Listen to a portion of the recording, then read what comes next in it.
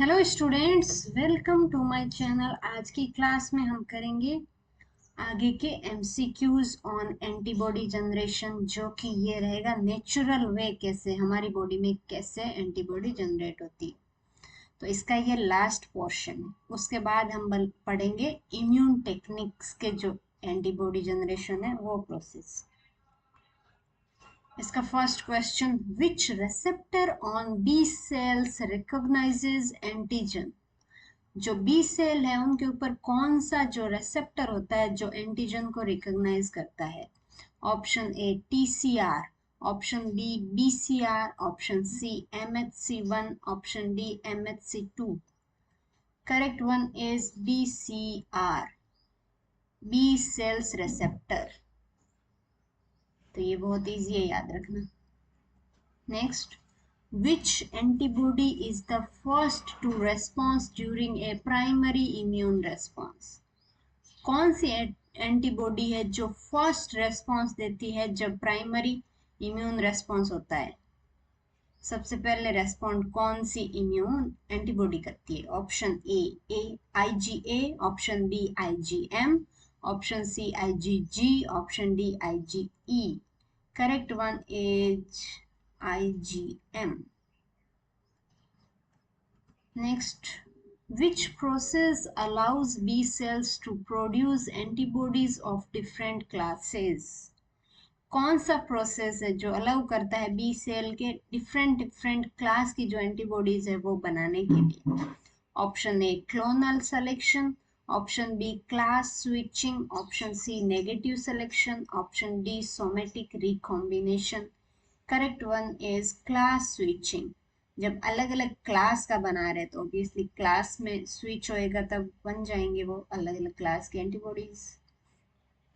Next, which component of the immune system enhances the ability of antibodies to clear pathogen।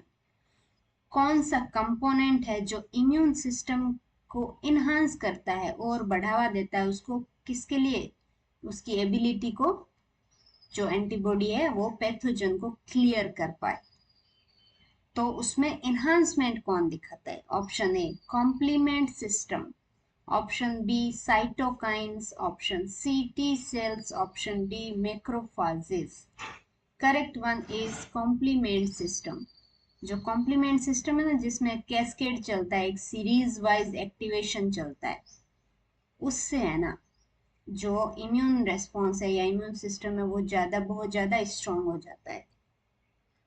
Next, which structure on an antibody is responsible for antigen specificity। जो antigen के लिए specificity है ना, वो कौन सा reason दिखाता है एंटीबॉडी का। Option A heavy chain constant region, option B light chain variable region, option C Fab constant region, option D Fc region. Correct one is light chain variable region. जो मैं आपको बताती हूँ, रुको।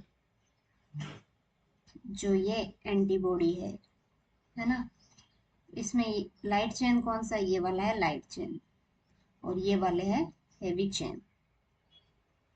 तो लाइट चेन के जो वेरिएबल, ये वाला कांस्टेंट रीजन है लाइट चेन का, ये वाला, सॉरी ये इतना, और ये वाला है लाइट, सॉरी वेरिएबल रीजन। तो ये दिखाता है क्या, एंटीजन से स्पेसिफिसिटी, यानी कि कौन सा एंटीजन यहाँ पे आके अटैच होगा, ये चीज दिखाता है। Next, which antibody is most effective at neutralizing toxins. जो टॉक्सिन्स है उसको न्यूट्रलाइज करने के लिए कौन सा एंटीबॉडी मोस्ट इफेक्टिव है। Option A IgM, option B IgE, option C IgA, option D IgG।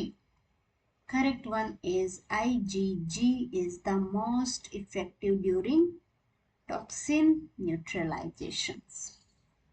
Next, which antibody is important in mucosal immunity।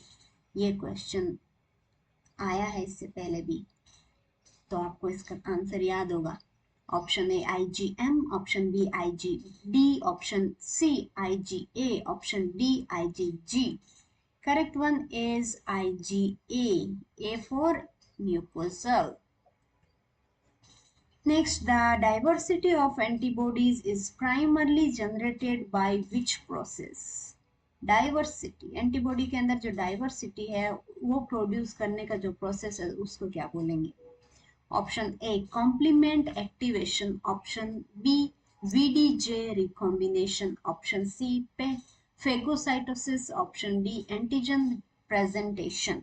Correct one is VDJ recombination. D का meaning ये होता है diversity, V for variable, J for joining. मतलब अलग अलग variable है, उनकी diversity होगी, वेरिएबल होगा तो उनको ज्वाइन करना रिकॉम्बिनेशन कहलाएगा. यानी कि रिकॉम्बिनेशन फॉर्म, रिकॉम्बिनेशन के ड्यूरिंग ये सब होता है तो डाइवर्सिटी आ जाती है एंटीबॉडीज के अंदर. नेक्स्ट है which is the correct description of A monoclonal antibody. कौन सा डिस्क्रिप्शन है मोनोक्लोनल एंटीबॉडी के लिए करेक्ट है? Option A antibody that binds multiple antigens. Option B antibody derived from single B cell clone. Option C antibody produced by different B cells.